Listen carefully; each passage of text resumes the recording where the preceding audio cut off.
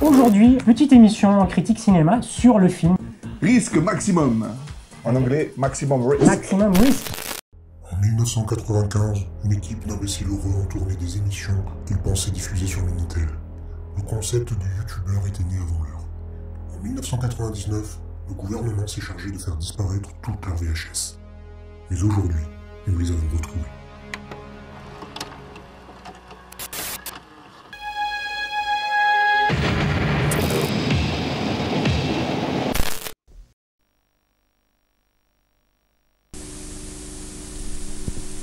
Ça c'est blanc, ça c'est gris, ça c'est rouge.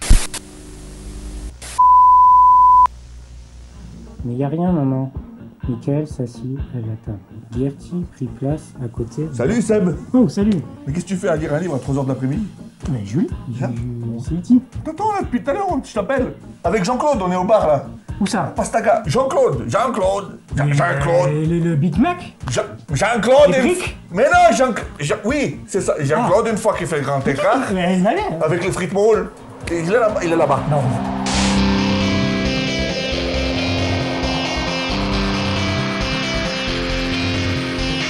Bonjour à tous. Salut. Bienvenue dans notre vidéo club. Moi c'est Seb. Salut Seb. Et moi c'est Seb aussi. Seb et Seb, Minitel Fax. Donc aujourd'hui, petite émission en critique cinéma sur le film qui vient de sortir la semaine dernière. Avec Jean-Claude Van Damme, le grand Jean-Claude. Karateka.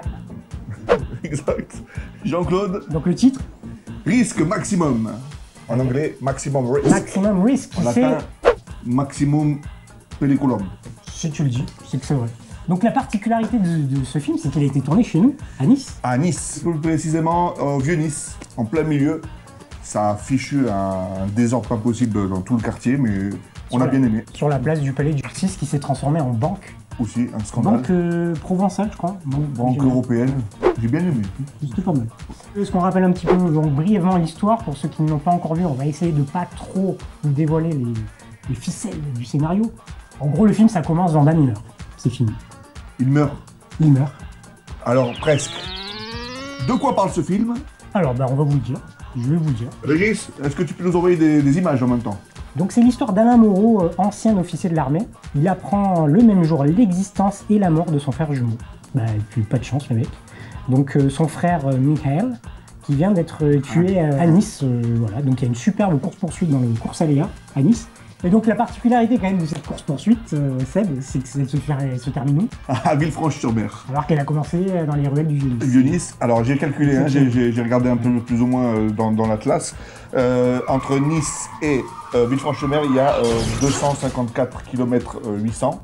Ça veut dire qu'au moment où la voiture a pris de l'élan dans le Vieux-Nice, qu'elle a traversé la rue Benoît-Bounico, hop, elle s'est retrouvée la place Rossetti et d'un bond, elle s'est retrouvée à Villefranche-sur-Mer à 248 km 800. Ah, quand même.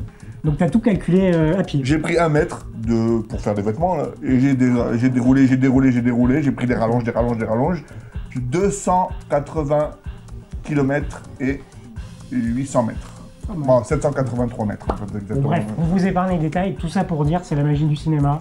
On commence dans un coin, ça n'a rien à voir. Mais le pire, c'est qu'il ne meurt pas à Villefranche-sur-Mer, il meurt dans le Vieux-Nice. Ah, carrément. Donc ça veut dire qu'il a fait un bond de 280 mètres aller et 280 mètres retour, je sais pas comment. Alors, et les poursuivants aussi, hein, du coup. Si la thématique du film serait le voyage temporel. Complot international. C'est un complot international. Un complot international. Un complot international.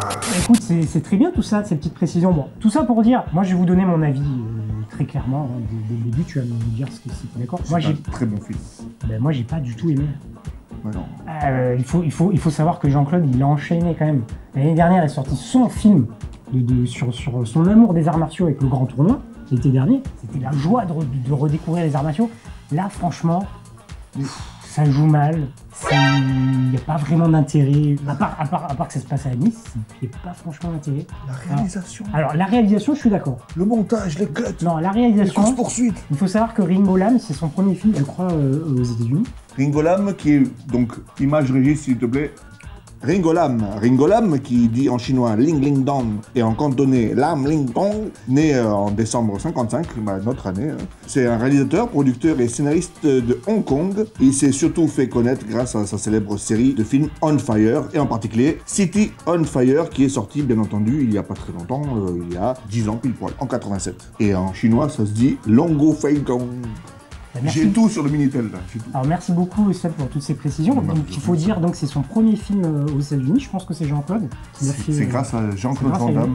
Et je suis d'accord avec toi. Je trouve que la réalisation, il y a des scènes qui sont très très bien réalisées. Un enchaînement d'images, la course poursuite, mais tout c'est poétique. Le combat contre le géant. Et honnêtement, il joue mal.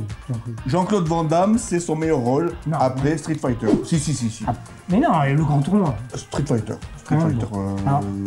On va se mettre d'accord tous les deux, je pense. Donc, juste pour revenir un petit peu sur l'essence du film, il y a la thématique du jumeau. Et je sais pas si tu as noté, c'est quand même le deuxième film où Van Damme incarne deux personnages, et en particulier deux jumeaux, après le film. Double Impact. Voilà, qui était sorti en 91. Alors je l'avais vu au cinéma moi aussi. Très très bon aussi. Tourné bizarrement, étrangement, à Nice aussi. T'es sûr? Complot international. C'est un complot international. Un complot international.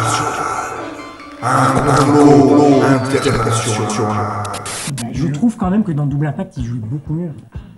Il arrivait vraiment, on avait vraiment deux personnalités différentes. Voilà, alors, non. Je te l'accorde, on ne peut pas voir la personnalité de Michael, vu qu'il meurt dès le début. Mais quand même sa façon de mourir, il est comme ça. Non, plus. Et après le français, la version française, Alain Moreau quand même, j'ai rien connu. C'est bien étudié. Non, parce que j'ai fait des recherches. Images Régis, regarde les images d'archives. L'étymologie du prénom Alain est obscure. À peu près 6e siècle, 7e siècle, on sait pas trop. On pourrait penser que ça vient du breton Alan, qui est un prénom celtique issu du vieux gallois signifiant le cerf.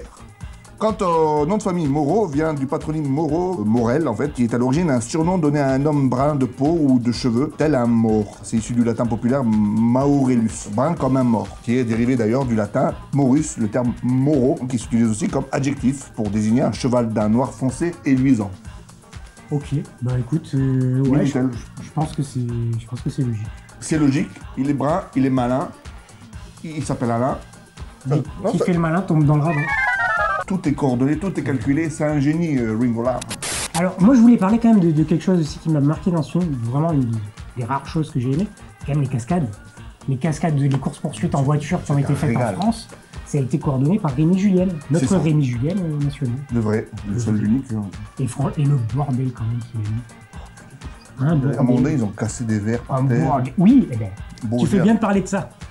Parce que justement, j'ai un vestige du film que j'ai ramassé à Nice.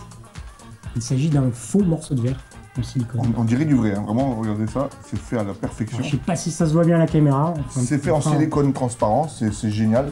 C'est pour faire les fausses coupes. C'est ça. Tiens, t'es capable d'égayer sur le coupe. Donc voilà, ce petit morceau de verre, ce faux morceau de verre qui est issu du tournage à Nice. Et pour la petite anecdote, donc je m'étais incrusté pendant le tournage, pendant une scène. Ah, je sais pas voir là. Tu fais comme dans le film, tu fais semblant. Je disais aux spectateurs que je me suis arrêté, t'étais pas avec moi d'ailleurs ce jour-là. Non. Je me suis faufilé dans une petite rue pour m'incruster pendant le tournage et je me suis fait virer. J'ai pas pu, je voulais un autographe de Van Damme. Par l'équipe de Mazuric, c'est Monsieur Mazuric qui a réalisé la partie dans le Vieux-Nice.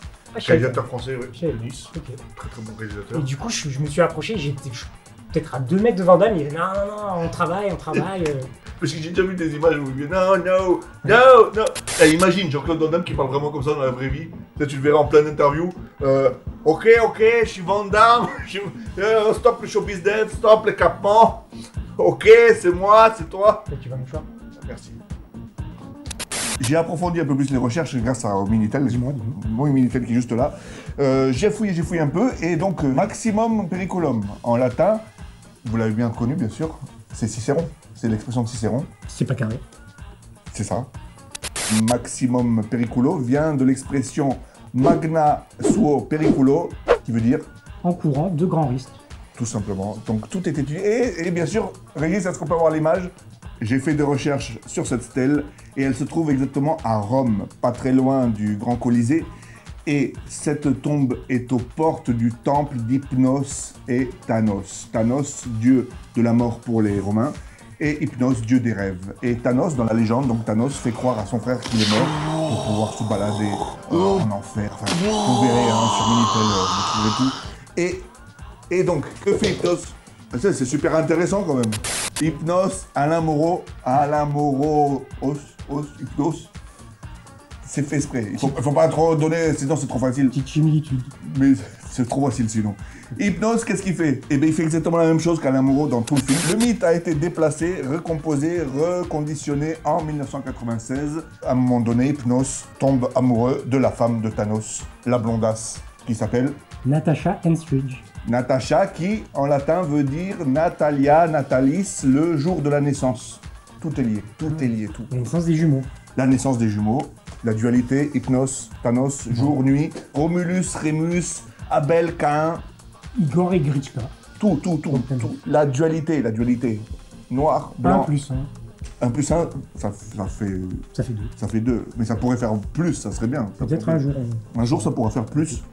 Il est important à noter qu'il y a une scène culte, à un moment donné dans le film, à la minute 38-22, si je ne me trompe pas. Une scène culte avec un grand...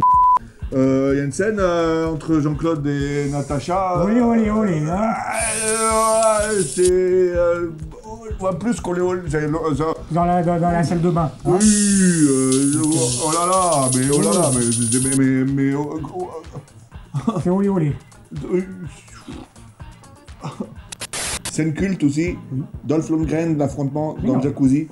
Le Mais gars qui non. fait 2 mètres de haut. Mais c'est un hammam déjà, et c'est pas Dolph Lundgren, c'est Rob Caman. Non, Rolf Lundgren. Rob Caman. Non, Le gars c'est qui a pas fait Rob- Rocky 3. Oui, mais c'est pas lui. C'est pas Rolf Lundgren qui C'est pas lui. Il joue le géant là. Il fait... On reprend. Donc Rob Caman, qui joue ce grand gaillard, On va casser une dent. et dans le film, il y a des scènes quand même remarquables. C'est Rolf Lundgren, c'est tout. Je dirais pas. Rolf Lundgren. Rob Caman. Écoutez, on va conclure cette petite vidéo. Avec une très belle expression, une très belle citation de Zouel FM. Qui porte des gants en main n'a pas besoin de chaussettes aux pieds.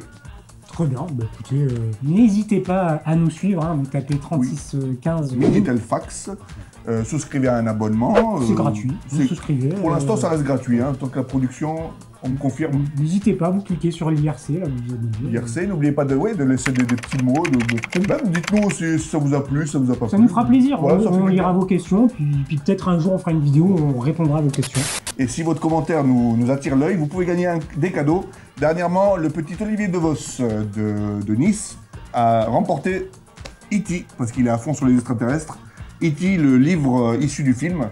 Voilà, c'est pour toi, Olivier. Bon, du coup, je l'ai un petit peu lu tout à l'heure, mais tu m'en voudras pas. Pour moi, voilà, il a été touché par Seb. D'ailleurs, on peut... Voilà, pourquoi pas une petite dédicace. Allez. Bon, bah écoutez, merci de nous avoir suivis. On se retrouve une prochaine fois pour une nouvelle critique ou une autre vidéo. On va vous préparer plein de petits sujets sympathiques. Parce qu'on a encore du culinaire et du déballage à vous proposer. On va se régaler. Notamment avec des superbes VHS que je viens de recevoir. Vous allez voir. Magnifique. Allez, bah écoutez, on vous laisse. Portez-vous bien. Et d'ici là, pensez à vous. Ciao, ciao. C'est Rolf Lundgren. C'est Rolf Lundgren. Je suis sûr que c'est Rolf Lundgren.